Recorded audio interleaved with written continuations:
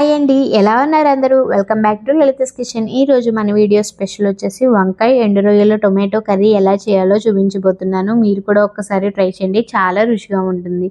ముందుగా ఒక చిన్న కడాయి తీసుకుని అందులో మనం శుభ్రం చేసుకున్న ఎండు రొయ్యలను వేసుకుని మీడియం టు లో ఫ్లేమ్లో పెట్టుకుని ఒక 5 minutes పాటు బాగా డ్రై రోస్ట్ చేసుకోండి. ఇలా చేయటం వల్ల ఎండు రొయ్యల్లో కొంచెం ఇసుక అనేది ఉంటుంది, అది పూర్తిగా సెపరేట్ అయిపోతుంది. ఇదిగో నేను చూపిస్తున్నట్టు ఇసుక అనేది సెపరేట్ అయిన తర్వాత గోరువెచ్చటి నీళ్ళను ఒక చిన్న గిన్నెలోకి తీసుకుని అందులో మనం డ్రై రోస్ట్ చేసుకుని ఎండు రొయ్యలను వేసుకుని ఒక 10 minutes పాటు ఉంచుకుని దాని తర్వాత చల్లటి నీళ్ళతో కూడా ఒకసారి శుభ్రం చేసుకుని దాని తర్వాత స్క్వీజ్ చేసి పక్కన పెట్టుకోండి ఒక ప్లేట్లో తీసుకుని. ఇప్పుడు మరొక గిన్నెలోకి కొంచెం పసుపు ఉప్పు వేసిన నీళ్ళలోకి మనం కట్ చేసి పెట్టుకున్న వంకాయలు వేసి వదిలేయండి. వంకాయలు ఇలా చేయటం వల్ల వంకాయలు అనేవి తొందరగా నల్లబడకుండా ఉంటాయి. ఇప్పుడు ఒక కడాయి తీసుకుని అందులో ఆయిల్ వేసుకుని ఆయిల్ మంచిగా హీట్ అయిన తర్వాత ఆవాలు, జీలకర్ర, ఉల్లిపాయ, పచ్చిమిర్చి వేసి మంచిగా వేయించుకోండి. ఈ కర్రీకి కొంచెం ఆయిల్ ఎక్కువ ఉంటేనే టేస్ట్ అనేది బాగుంటుంది. ఈ కర్రీకి అనే కదండి, నాన్ వెజ్ కర్రీస్కి ఏదైనా సరే ఆయిల్ కొంచెం ఎక్కువే పడుతుంది, అలా ఉంటేనే టేస్ట్ కూడా బాగుంటుంది. సో చూసుకుని వేసుకోండి.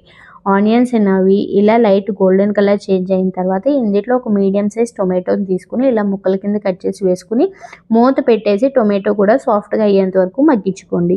టొమాటో ఇలా సాఫ్ట్గా కుక్ అయిన తర్వాత మాత్రమే ఇందులో మనం స్క్వీజ్ చేసి పక్కన పెట్టుకున్న ఎండు రొయ్యలను వేసుకోండి.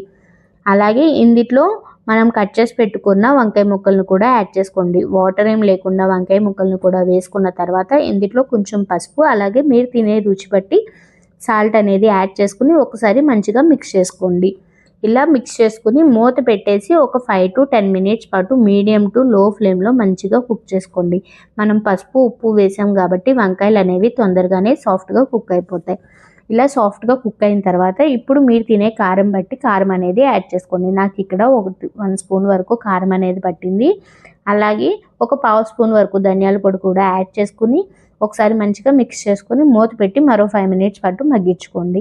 అప్పుడే మన మసాలా అనేది వంకాయ ముక్కలకి అలాగే రొయ్యలకు కూడా మంచిగా పడుతుంది. ఇప్పుడు గ్రేవీ కన్సిస్టెన్సీ తగ్గట్టు ఒక 1/2 గ్లాస్ వరకు వాటర్ యాడ్ చేసుకుని ఇందులోనే ఒక నిమ్మకాయ సైజ్ అంత చింతపండు పులుసు కూడా పోసుకుని ఒకసారి మిక్స్ చేసుకుని మూత పెట్టేసి ఒక 5 to 10 minutes పాటు మీడియం ఫ్లేమ్లో మంచిగా కుక్ చేసుకుంటే కర్రీ అనేది ఇలా దగ్గరగా కుక్ అవుతుంది. ఇలా దగ్గరగా కుక్ అయిన తర్వాత చిన్నగా కట్ చేసి పెట్టుకున్న కొత్తిమీరని ఒక గుప్పుడు వరకు యాడ్ చేసుకుంటే మన వంకాయ ఎండు రొయ్యల కర్రీ అనేది రెడీ అయిపోతుంది. చాలా టేస్టీగా ఉంటుంది. మీరు కూడా ఒకసారి ట్రై చేసి ఎలా వచ్చిందో కామెంట్స్లో చెప్పేసేయండి. అంతే ఈ video. Bye. Thank you for watching. Please do like, share and subscribe to my channel.